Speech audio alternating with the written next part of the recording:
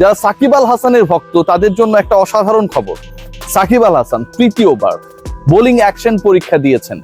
লাভবরো যে ল্যাব রয়েছে বার্মিংহামের অদূরে, সেখানটায় তিনি মার্চের 9 তারিখে পরীক্ষা দিয়েছেন। দুদিন আগে সেটা রিপোর্ট এসেছে। এন্ড সাকিব আল হাসান, সবার প্রিয় সাকিব আল হাসান, ক্রিকেটার সাকিব আল হাসান, বিশ্ব সমাদৃত নন্দিত allrounder Shakib Al Hasan, world number 1 Shakib Al Hasan, তিনি তার বোলিং অ্যাকশন নিয়ে যেই ধরনের কনফ্লিক্টের মধ্যে ভুগছিলেন, যেই ধরনের প্রশ্ন উঠছিল যে সাকিব আল হাসান বল করতে পারবেন কি পারবেন না, তিনি কি পুরোপুরি 1 বছরের জন্য আসলে আউট অফ বোলিং হয়ে গেলেন কিনা, তার কি কোনো ধরনের কাউন্টি বলেন কিংবা ফ্র্যাঞ্চাইজি ক্রিকেট বলেন, ঘরোয়া ক্রিকেট বলেন, ইন্টারন্যাশনাল ক্রিকেট বলেন, যদি কখনো ফেরার সুযোগ হয় বোলিং করার সুযোগটা হবে কিনা, সেই সকল প্রশ্নের উত্তর 9 তারিখের সেই পরীক্ষার মাধ্যমে পাওয়া গেছে। এই আলোচনাটা খুব স্বাভাবিক যে সাকিব আল হাসান তৃতীয়বার বোলিং পরীক্ষা দিয়েছেন এবং তিনি উতরে গেছেন, 22টা ডেলিভারি করেছেন, যার অধিকাংশই আপ টু দ্য মার্ক ছিল। এবং সারে সামারসেটের ম্যাচে আপনারা সবাই জানেন, ওই যে তার বোলিং অ্যাকশন নিয়ে যে প্রশ্ন তোলা হয়েছিল, তার পরবর্তী সময় থেকে একটা মোটামুটি বাজে সময়ের মধ্যে দিয়ে তিনি যাচ্ছিলেন। এটা আলোচনাটা খুব স্বাভাবিক। আমি যে আলোচনা করব সেটা হচ্ছে আসলে কোন পরিস্থিতির মধ্য থেকে সাকিব আল হাসান আরো একবার প্রমাণ করলেন that he is the champion one from this country.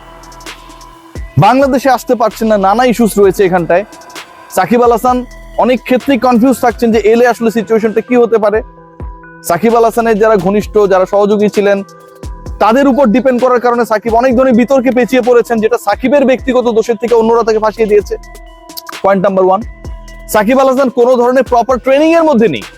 একজন ক্রিকেটার যদি বাংলাদেশে থাকে, অন্তত তিনি একজন কোচ কিনে প্র্যাকটিস করতে পারবেন, মিরপুরের এই হোম অফ ক্রিকেটে এসে তিনি প্র্যাকটিস করতে পারবেন, সেই সুবিধাটা তার থাকবে। সেই ধরনের কোনো ফ্যাসিলিটিস এর মধ্যে সাকিব আল হাসান নেই। সাকিব আল হাসান বাংলাদেশে না থাকা সাকিব আল হাসান তিনি অবস্থান করছেন ইউএসএ তে। সেখান থেকে তিনি ফেব্রুয়ারি মাসের 27 তারিখে যুক্তরাজ্যে যান। সেখানে গিয়ে তিনি প্রায় 13 দিন 14 দিন প্র্যাকটিস করেন। 9 তারিখে তিনি বোলিং অ্যাকশনে পরীক্ষা দেন।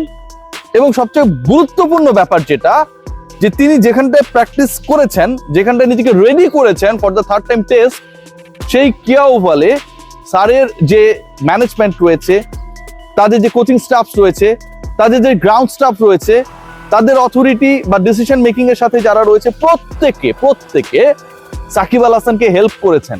কেন করেছেন জানেন? সাকিব আল হাসান যেন কামব্যাক করে।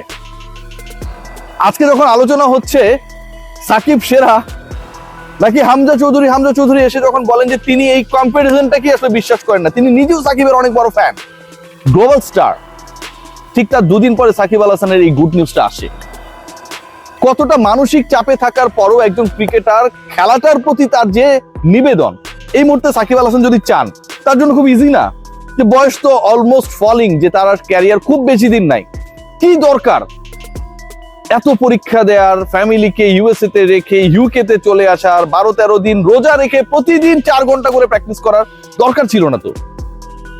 ভাবতে পারেন ইংল্যান্ডের রোজাটা কিন্তু বেশ বড় হয়। আমি রমজান মাসে ছিলাম, 2019 বিশ্বকাপটা রমজানই পড়েছিল, এবং তাদের ডে যে লেন্থটা সেটা বেশ বড়, 7:30, 8টা, 9টার দিকে আসলে ইফতারের সময়টা আসে। সেখানটায় তিনি এভরিডে 4 ঘন্টা করে রোজা রেখেছেন, প্র্যাকটিস করেছেন 4 ঘন্টা করে, মানে রোজা রেখেছেন, 4 ঘন্টা করে প্র্যাকটিস করেছেন, কামব্যাক করার জন্য পুরো প্রস্তুতি নিয়েছেন, শেষ বয়সে এসে আরো একবার আন্তর্জাতিক ক্রিকেটে ফেরার জন্য। এই ডেডিকেশনটাকে আপনি কিভাবে মূল্যায়ন করবেন? এই ডেডিকেশন দিয়ে আপনি কোনোভাবেই সাকিব আল হাসান অন্যায় করেছে, কাঁকড়া ব্যবসা, চিংড়ির ব্যবসা, গোল্ডের ব্যবসা, শেয়ার বাজার কেলেঙ্কারি কোনো কিছুর সাথে মেলাতে পারবেন না। এই ডেডিকেশনটা পুরোপুরি একটা খেলার প্রতি তার ভালোবাসা, ফিরে আসার যে তাড়না। হয়তো তিনি আর খেলবেনই 1-1.5 বছর, কিন্তু তারপরও তিনি চ্যাম্পিয়ন হয়ে খেলতে চান, তারপরও তিনি তার ক্যারিয়ারের শেষ বলটা বৈধভাবেই করতে চান। এই যে তাড়না, সেটা আসলে সাকিব আল হাসানকে, একজন ক্রিকেটারকে সাকিব আল হাসান বানায়। এখন প্রশ্ন হলো সাকিব আল হাসান আসলে কোথায় ফিরছেন? সাকিব আল হাসান আবারও ফিরছেন, সাকিব আল হাসান ফুল প্যাকেজ হয়ে ফিরছেন। নট লাইক দ্যাট যে শুধুমাত্র বোলার সাকিব আল হাসানকে গাজী আশরাফ হোসেন লিপু নিতে চায়নি থেকে বাদ করে গেছেন। এই ডিসকাশনটা এখন আর পৃথিবীর কেউ করবে না ভাই। He is okay. Shakib Al Hasan এখন অলরাউন্ডার হিসেবে ফিরছেন, এবং যেই কাউন্টি ক্লাবটা তাকে হেল্প করেছে, বৃষ্টি হচ্ছে, সাকিবের জন্য আনন্দের বৃষ্টি, হয়তো অনেক গরম পড়েছিল, তারাই এখন সাকিব আল হাসানকে ফার্দার অ্যাসিস্ট্যান্স দিতে চায়।